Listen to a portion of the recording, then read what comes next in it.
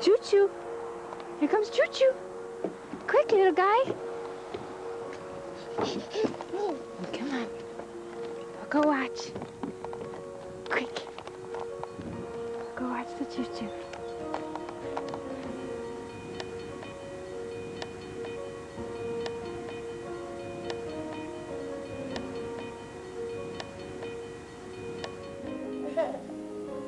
Alex.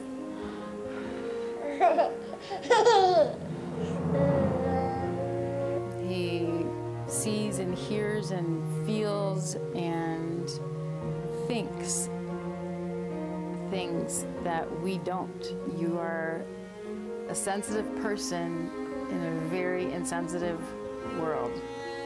20 years ago or so, we thought of autism as only being like that aloof child who's in the corner, you know, just watching his hands and rocking back and forth.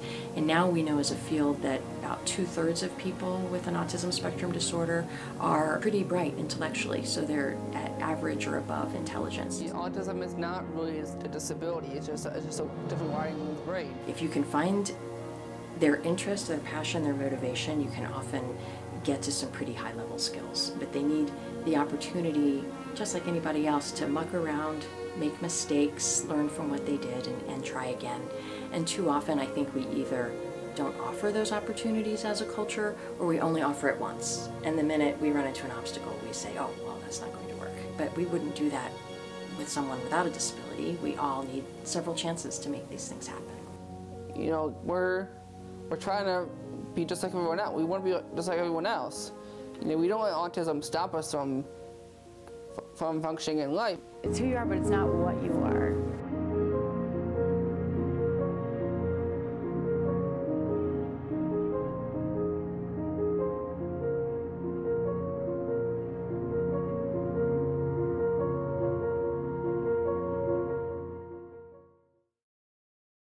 The one thing to know would be that we think that autism has probably existed since mankind existed, but we didn't know what to call it. The history is very, very interesting to where it came from. These kids who were institutionalized and nothing was done for them. They were left there. There was such a big stigma, something's wrong with your kid, that they just left them there. They didn't visit. Dr. Bettelheim was saying autism was the fault of the parents, that they were, he called them refrigerator moms, and that's why their kids were not developing. People looked at you, people stared, and they thought you were the bad person, the bad mother. Why can't she help this child? You know, it was really hard. There was not a lot of understanding going on. There was not a lot of acceptance. It wasn't, hey everybody, let's socially understand each other. We're definitely going to see more and more of a need for adult services because we actually, as a field, got better and better at early identification in the 90s. So people like your brother were kind of in the first cohort of individuals where we were identifying them as early as our technology allows. But those folks are now becoming adults. And so it's really not okay to get better at evaluation without having something to then offer as far as intervention. So it will be things like this film, other kinds of advocacy to get people to think differently, I think, about taking a chance and hiring a person with autism. This first wave, our kids, this first wave of these 20-somethings, they transition into programs that are not existing yet or just new, and so it's all a big test on what's going to happen for the future of these kids. And as a parent, that makes me mad, but as a parent, it also sets me on fire and makes me want to, do something about it and be part of it. I can even remember when I just finally took a deep breath and I said, this is my son and he has autism, and I don't care how or why he has autism. I've always told him he's very intelligent. You're very, very intelligent, and you're intelligent in ways that other people don't understand. I'm his only advocate, and it's been me for 20 years. Well, I think that one of the reasons, the difficulties that I'm finding the job is that a lot of people still don't really know what autism is and what it looks like and how it works with that individual. Like his boss right now, who seems to have no knowledge of autism, says to me, I don't know what's wrong with Alex, but he seems to be very slow. Okay, well, and I tried to educate him on autism, and some people just don't know. They're not aware. So that was why I decided to actually meet the owner and have a face to the mother of the kid with autism and explain to him. And he didn't really want to have any of it. He just said, you know, there's a place for kids like him in a couple towns over. He can put pens together and he can make money putting pens together. And I thought, this is a smart kid. Why are you saying that? He might be slow, but he has a diagnosis of autism. And there's a lot of different symptoms that go with that. It really depends on the individual who's hiring and what their experience and exposure is with autism. The exposure's there, but do I think that people really have a good idea of, as a society, what these kids, the perception of them is? No, we do it as a society. We stereotype. Society is starting to stereotype our kids, and I don't find that as an improvement. You know, they used to be scary to me, honestly. They did. Mentally challenged kids, kids in wheelchairs, kids who, you know, autistic kids, I didn't understand, and they were scary. And I look back in my schooling years, high school, junior high, and I remember being like, oh, I didn't want to be that by them or stand by, you know, I'm glad they're in that classroom, because I didn't understand. I didn't know, and I wasn't aware. And so I think that's huge, is that I think a lot of kids might feel that way, because it is scary. It's scary if you don't know, and you don't understand. When you show people the side of autistic kids, they're amazing. They're loving and caring and extremely smart. And so when kids see that, they're like, hey, that's kind of, okay, they do things differently, but I could never draw like that, or I could never play a piano like that. It starts having mutual respect. Well, they're often very good in some specialized area. Why do they persevere on one topic? Alex, for instance, he perseveres on trains, which is common in kids with autism.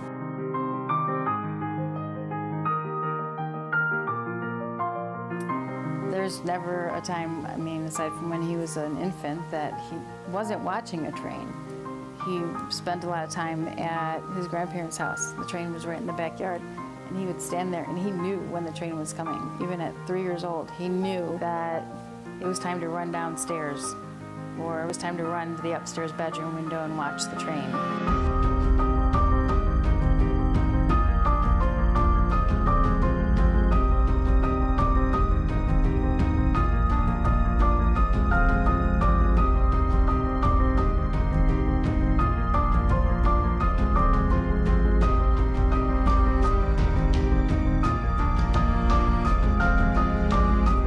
Like it calms them down, it brings them down to earth. You know, he's very calm watching this train, and I just want to know what he's looking at. He's so fascinated, he just stares, and then he watches it as it goes down the tracks as far as it can go.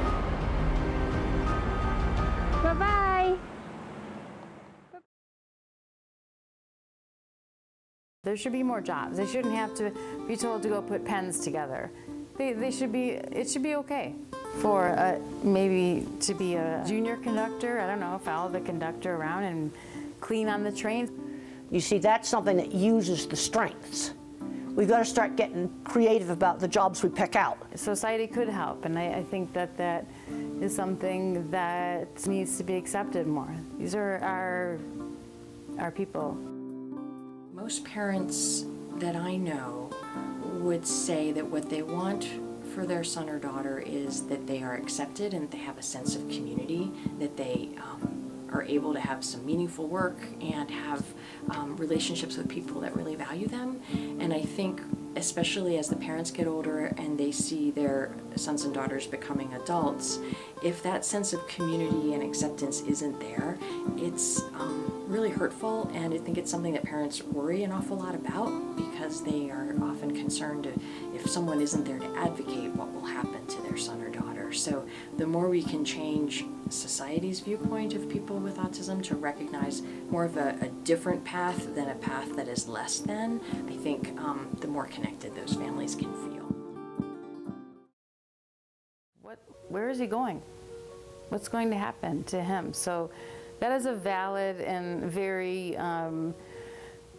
a big concern that I know that I have, as well as friends of mine who have children around the same age. What is going to happen? Because they're not kids who can just get put in homes. They're smart kids who can be productive and who can work and do the things, but they need somebody maybe to check on them, or you know, to help them to do certain things like budgeting, you know, the things that you take for granted, that you learn growing up, that you don't realize, oh, I didn't realize my kid can't write a check. I didn't realize he doesn't understand that he has to pay rent once a month.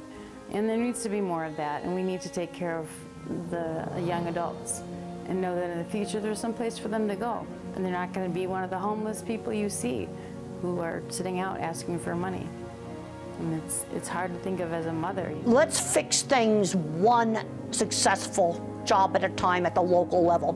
Bottom up, local. You know, he gets successful in a job, then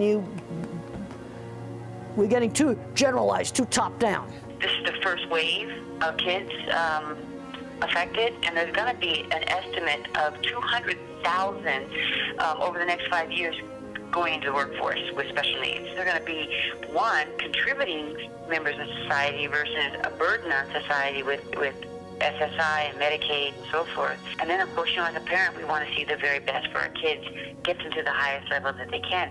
But that can happen, there has to be a collaboration between local agencies and individuals, and most of them are parents, going in and educating these companies and or these workplaces. So there needs to be that connection. I think jobs need to understand that people with autism, we're not bad people.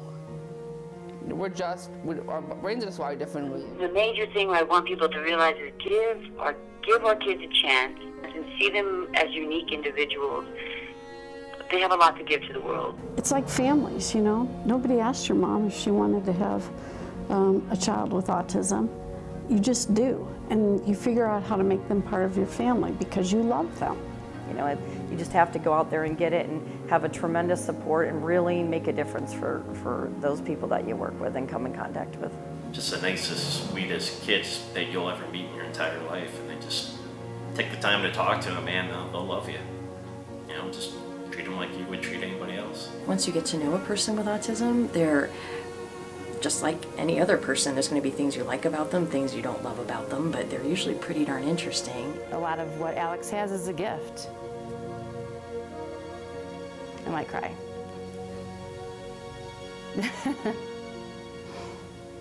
Autism is beautiful.